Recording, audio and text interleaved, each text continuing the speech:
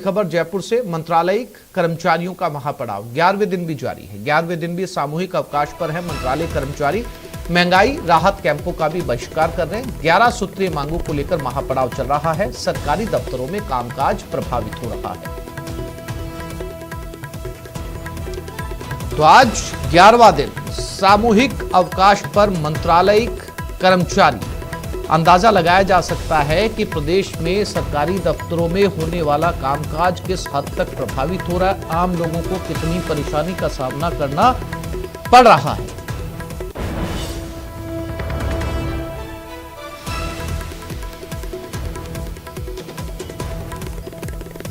तो ये तस्वीरें आज 11 दिन और ये सभी कर्मचारी यहां पर सामूहिक अवकाश पर बैठे हैं, यानी इन्होंने अपने अवकाश खुद से तय कर लिए। 11 दिन बीत चुके हैं। फिलहाल बात बनती नजर नहीं आ रही।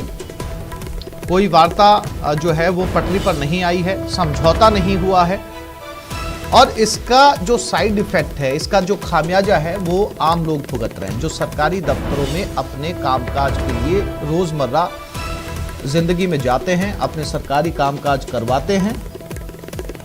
वो लोग खासी परेशानियों का सामना कर रहे हैं, क्योंकि उनके काम करने वाले जो कर्मचारी हैं वो यहां पर धरने पर बैठे हैं। ये तस्वीरें जयपुर से।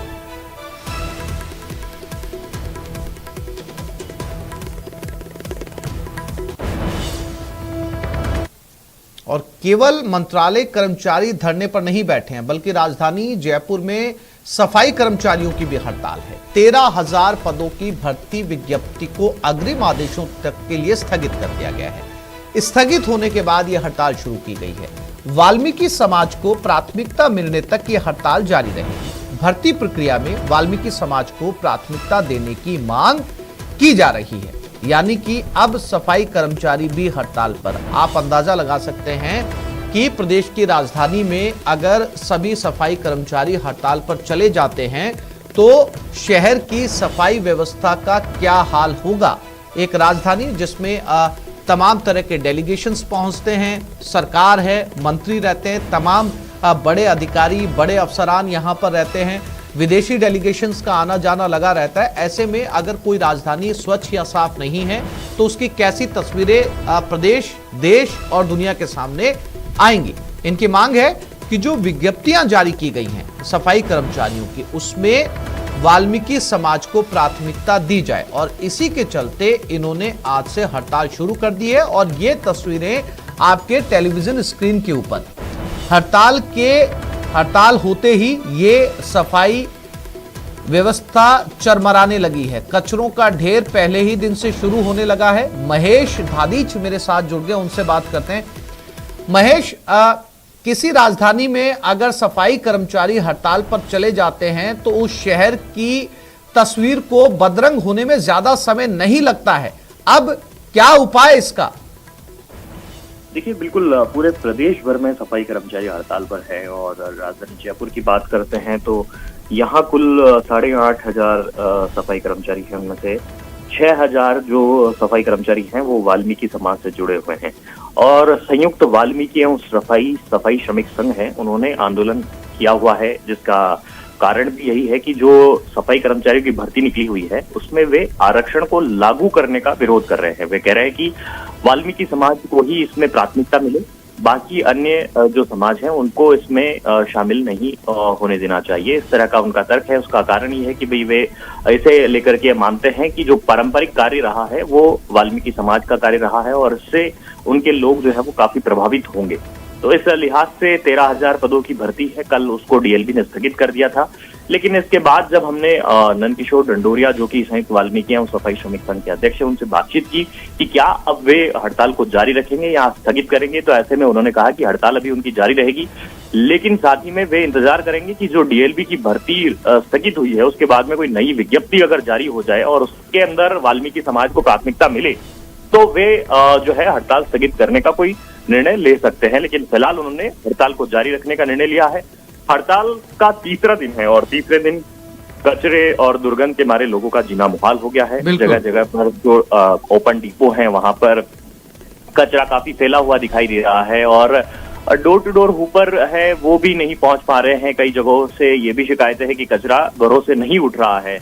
इस लिहाज से देखिए बीमारियां फैलने, दुर्गंध के मारे में लोगों का जीना जो है वो वैसे ही परेशान हो रखा है। और एक आशंका होती है कि जब इस तरह से कचरा शहर में जगह जगह फैला रहता है तो कई तरह की जो बीमारियां होती हैं वो भी पनपने लगती है। कल महापौर ने इस मामले में जो है यूडीएच मंत्री शांति धारीवाल है उनको पत्र लिख करके इस बारे में ध्यान दिलाया कि अभी शहर में आईपीएल के मैच भी चल रहे हैं और लोगों की आवाजाही भी बढ़ी हुई है।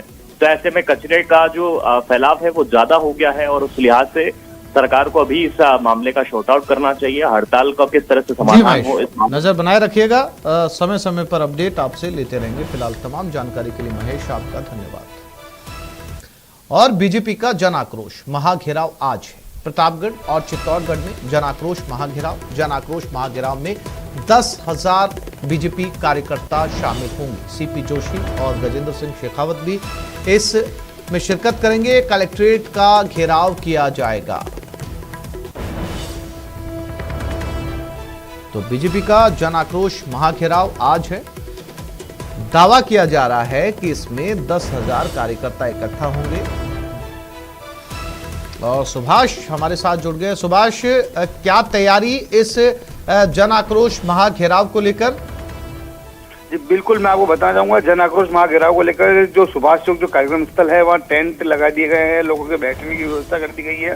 पहले सभा का आयोजन होगा और उसके बाद पैदल मार्च के रूप में शहर के सुभाष चौक से होते हुए बीजेपी के पदाधिकारी कार्यकर्ता अपने जो दोनों नेता गजेंद्र सिंह शेखावत केंद्रीय जल शक्ति मंत्री और प्रदेश अध्यक्ष सीपी जोशी के साथ अन्य जनप्रतिनिधियों के साथ चलकर कलेक्ट्रेट पहुंचेंगे जहाँ घेराव किया जाएगा और ज्ञापन दिया जाएगा। इसकी तैयारी पूरी कर ली गई और दावा ये किया जा रहा है कि लगभग 10,000 लोग जो है वहाँ पहुंचेंगे। जिलाध्यक्ष ने पत्रकार वार्ता कर इस बारे में 2 दिन पूर्व ही ये जानकारी दी थी कि 10,000 लोग यहाँ पहुंचेंगे। मंडल स्तर तक हमने कार्यकर्ताओं से बात की और कार्यकर्ताओं में खासा उत्साह है। लेकिन फिलहाल जो स्थिति है वो ये साफ तौर पर है कि यहाँ लोगों के बैठने की व्यवस्था कर दी गई, लोग एकत्रित हो इस तरह के प्रयास किए जा रहे हैं और सोशल मीडिया के जरिए भी मैसेज तमाम तरह के भेजे जा रहे हैं जिससे कि लोग इस धरने में शामिल हो, महाघेराव में शामिल हो और सरकार की नीतियों के खिलाफ भाजपा को घेरने में कामयाबी मिले कि किस तरह से कांग्रेस सरकार की जो नीतियां हैं उनको लेकर भाजपा जो विरोध प्रदर्शित करी उसमें सफलता हासिल हो।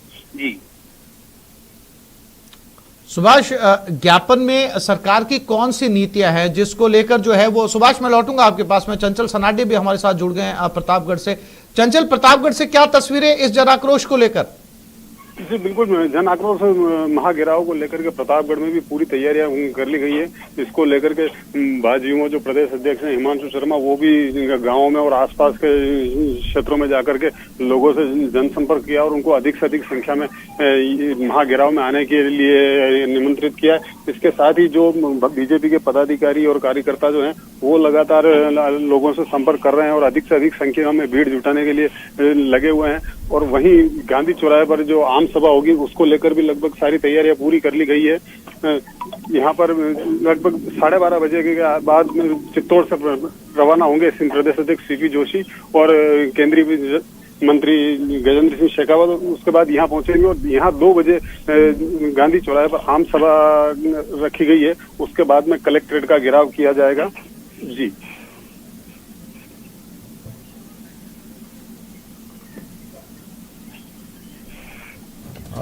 बिल्कुल। सुभाष, जो ज्ञापन दिया जाएगा जिसको लेकर जो है केंद्रीय मंत्री तक इस जन आक्रोश रैली के अंदर शामिल होने जा रहे हैं सरकार की नीतियों को लेकर, अगर मुख्य ज्ञापन में मुख्य पॉइंट्स की बात की जाए तो क्या कुछ है? क्या ज्ञापन आपके सामने आ चुका है सुभाष बैरागी जो कलेक्ट्रेट में सौंपा जाएगा?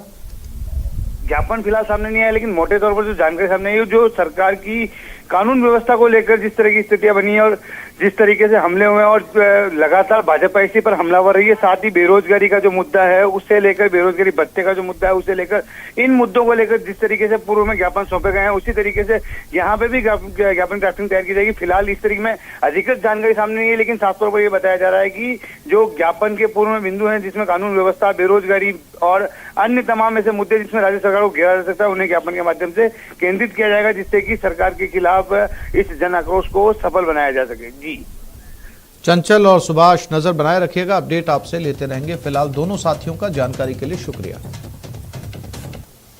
और ये खबर बीकानेर से, सीएम सर्किट हाउस में मौजूद हैं। जन सुनवाई में लोग वहां पर